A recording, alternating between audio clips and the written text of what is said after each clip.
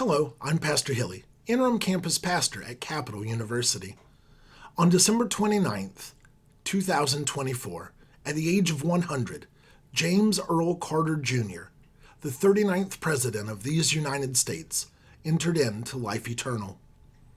By order of President Joe Biden, January 9th, 2025, will be a national day of mourning in honor, recognition, and celebration of President Carter, his life, and his legacy.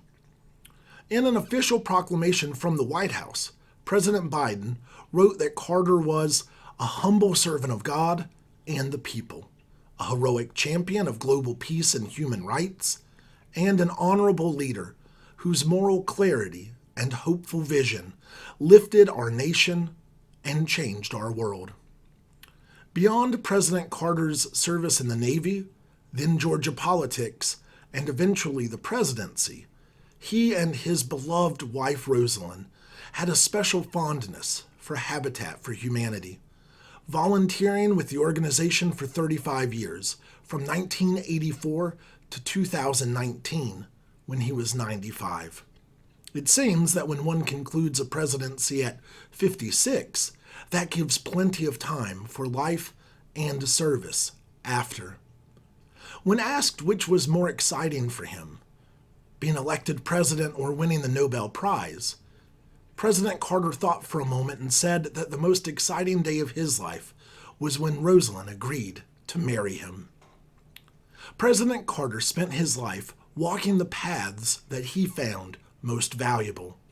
77 years of marriage with Rosalind, a lifetime rooted in his home community of Plains, Georgia, a legacy as a diplomat and a peacemaker.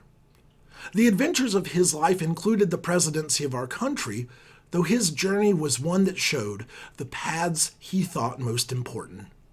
Humanitarian care, rooted in the familiarity of simply and profoundly being a good neighbor.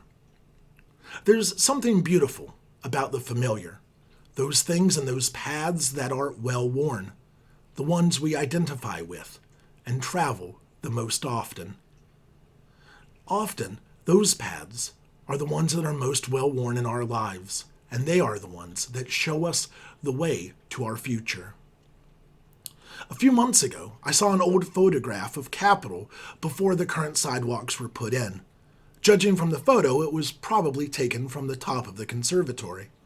The thing that stood out to me was even though the current sidewalks through campus were not there yet, those paths were clearly worn into the ground from generations of countless undergraduates traveling across campus.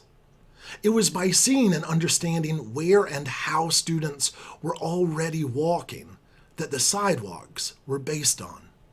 That seems like a good idea.